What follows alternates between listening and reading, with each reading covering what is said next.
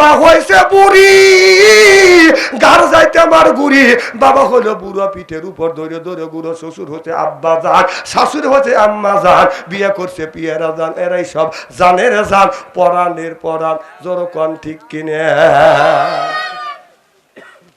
আজকে মার কদর নাই, বাবার কদর নাই। আজকে কদর পায় মেয়ের মা আর বাবা। ওই মাকে কষ্ট দিলে কেন? মায়ের একটা দুধের দাম, কাটিয়া গায়ে এর সাম। জুতো বানাইলে ঋণ শোধ হবে না, এমন দরদি ভাবে কেউ রবে না আমার মা গো। কথা কন। এক সাহাবী বলে, নবী গো, আমি আমার মায়ের হক আদায় করছি। আমার নবী বললেন, কেমন করে তুমি মায়ের হক আদায় করলে? সাহাবী বলে, নবী গো, আমি মায়ের হক আদায় করছি। আমার মা ছোটবেলা আমাকে কোলে করে রাখছে, আমার মা বৃদ্ধ হয়ে গেছে, নড়াচড়া করতে পারে না, এখন আমার মাকে আমি কোলে করে রাখি। ও নবীজি, আমার মা ছোটবেলা আমাকে পায়খানা পেশাব পরিষ্কার করছে, এখন আমার মা নড়াচড়া করতে পারে না, বিছানা ভরে পায়খানা করে, আমি পায়খানা পরিষ্কার করি। নবী গো, হাত দিয়ে আমার মা খাবার খাইতে পারে না, ছোটবেলা আমার মা আমাকে খাবার খাওয়াইছে, এখন আমি মাকে তুলে তুলে দিয়ে খাবার খাওয়াই। ছোটবেলা মা কোলে করে রাখছে, আমি এখন মাকে কোলে করে রাখি। হুজুর, মা যা যা করছে আমি তাই তাই করছি, মায়ের হক আদায় করতে পেরেছি। রসুল বললে, তোমার গায়ের চামড়া কাটতে মার যদি স্যান্ডেল তৈরি করো বাবা, মায়ের 32 দাঁত দুধ পান করছো, এক দাঁত দুধের হক তুমি আদায় করতে পারবে না। আবার ওই স্যান্ডেল ক্ষয় হয়ে গেল, আবার বুকে চামড়া কাটলে স্যান্ডেল তৈরি করে দিলে, আবার পায়ের চামড়া কাটলে স্যান্ডেল তৈরি করে দিলে। আপনার 3 বার করে যদিও কাটো, মা যদি 3 বার যদি স্যান্ডেল ক্ষয় করে, মায়ের এক দাঁত দুধের হক তুমি আদায় করতে পারো নাই। চিল্লে কোন সুবহানাল্লাহ। আমরা মাহফিলে যাই, অনেক মানুষ এসে বলে, হুজুর আমার মা 3 বছর ধরে বিছানায় শুয়ে আছে, বাবা 2 বছর ধরে শুয়ে আছে। হুজুর, এই যে 2000 টাকা দিলাম, দোয়া করেন আল্লাহ যেন মা বাবাকে ইমানের হালাতে নেয়। এই কথা যখন একটা লোক বলল, অমনি আমি চোখের পানি ফেলে দিয়ে আর চোখের পানি ধরে রাখতে পারলাম না। বলো, হুজুর কেন আপনি কান্দেন? আমি বললাম, বাবা যেই ঘটনা, যেই কাজটা তুমি করলে, তোমার মাও কোনোদিন করে না, আমি দেখছি।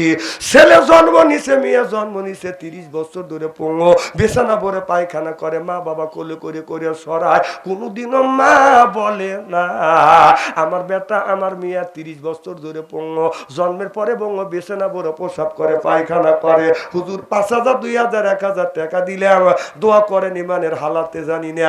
এই কথা মাও বলে না, বাবা বলে না, বলেন বরং বলে আল্লাহর কাছে হুজুর দোয়া করেন আমার পঙ্গো ছেলে পঙ্গো মিয়াকে আল্লাহ যেন হায়াত বাড়িয়ে দেয়। যুবক রে, আজ 3 বছর ধরে তোমার বাবা অসুস্থ হয়েছে, মা অসুস্থ হয়েছে, আর তুমি কেমন করে আমাদের কাছে দোয়া চাও? হুজুর আমার মা বাবাকে জেনে ইমানের হালাতে নিয়ে যায়। যুবক রে, এই কথা বইলো না, এই কথা তুমি বইলো না। তুমি যদি জান্নাত যদি পাইতে চাও, মার পায়ের নিচে তোমার জান্নাত। চিল্লা কোন সুবহানাল্লাহ।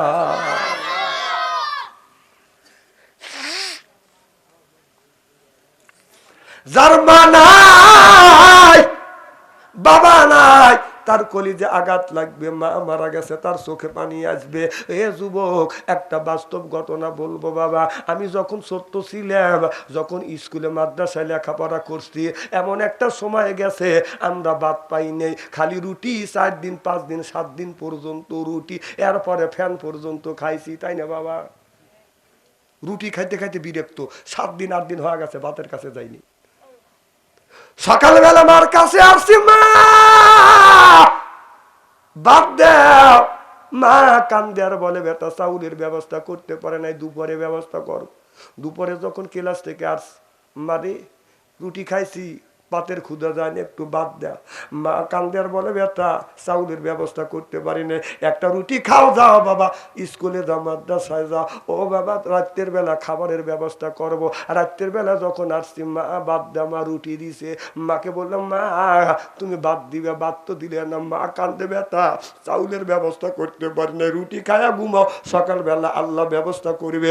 সকালবেলা ভাত চাইছি, মা বাসি রুটি দিছে। এইভাবে একদিন নয়, 2 দিন নয়, 7 দিন পর্যন্ত বাদান ভাত পাই না।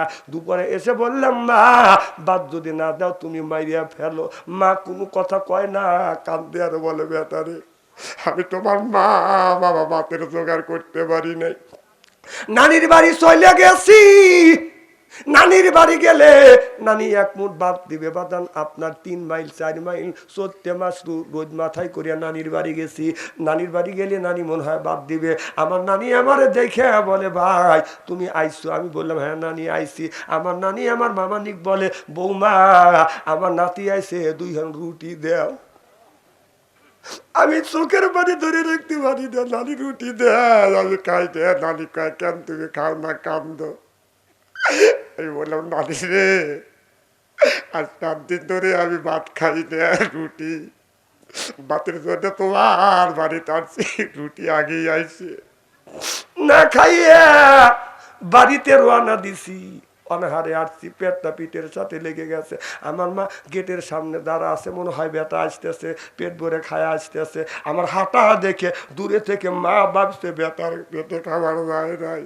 মা ধরা ধরে বলে বেটা রে আমি তোমার মুখ দেখে বুঝতে পারছি বাবা তোমার পেটে ভাত যায় নাই। মা কয় বাবা ভাত যায় নাই তোমার পেটে। এখন এখন 200 মন 250 মন 300 মন দান আমি নিজেই পাই। আজ এখন আমার মা নাই, আমি কান্দি আর বলি আল্লাহ 200-300 মন দানের মালিক তুমি আমারে বানাইছো, আমার মা রুটি খায়া খায়া মারা গেছে। আহা মা কি নিয়ামত, যার মা নাই সেই বোঝে, বাবা যার নাই সেই বোঝে।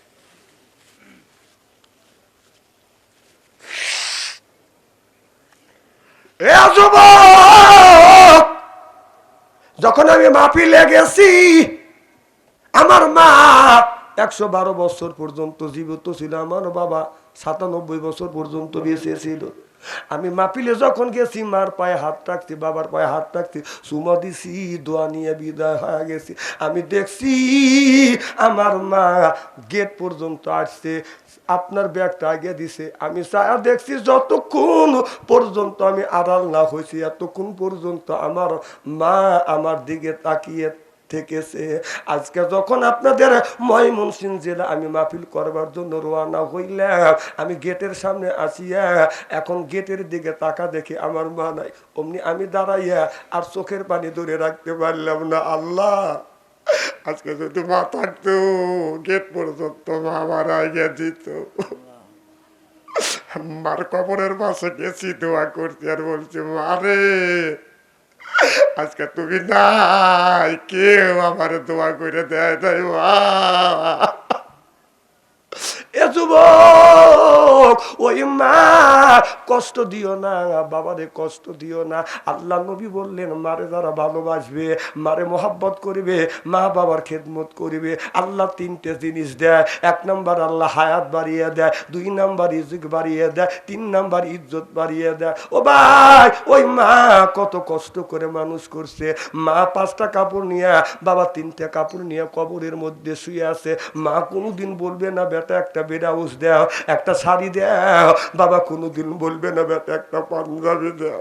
ওই বাবা ওই মা 3টা 5টা কাপড় নিয়ে বাদান ঘুমিয়ে আছে। কোনো ব্যক্তি যদি মা বাবার জন্য যদি দান খয়রাত করে, দানের দৌলতে আল্লাহ মা বাবার কবরে গোড়া জাপ মাফ করিয়া দে। আমি জানি না কার মা নাই বাবা নাই, ওই মা আর কোনোদিন আসবে না, বাবা কোনোদিন আসবে না। বাবা ও বাবা, এই গভীর রজনীতে আমি একজন মুসাফির মানুষ দোয়া করব। মুসাফিরের দোয়া আল্লাহ কবুল করে, তিন মানুষের দোয়া কবুল করে, মা বাবার দোয়া, মুসাফিরের দোয়া, মজলুমের দোয়া।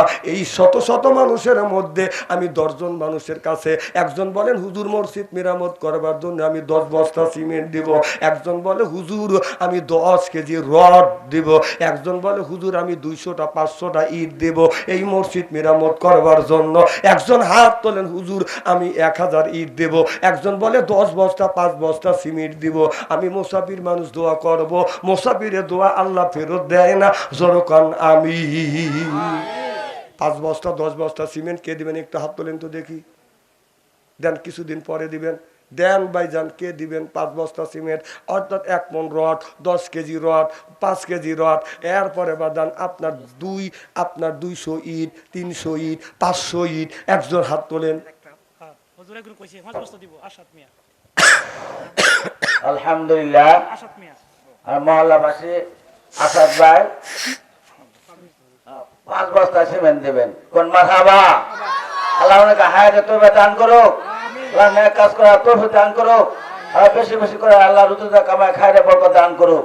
আল্লাহ ওনার ছেলে মাদ্রাসায় পড়ে সকলের জন্য আল্লাহ আলেম বড় আলেম হয়, আলেম হবার তৌফিক দান। 2 নম্বরে কে? আরেকজন সারফুল ইসলাম।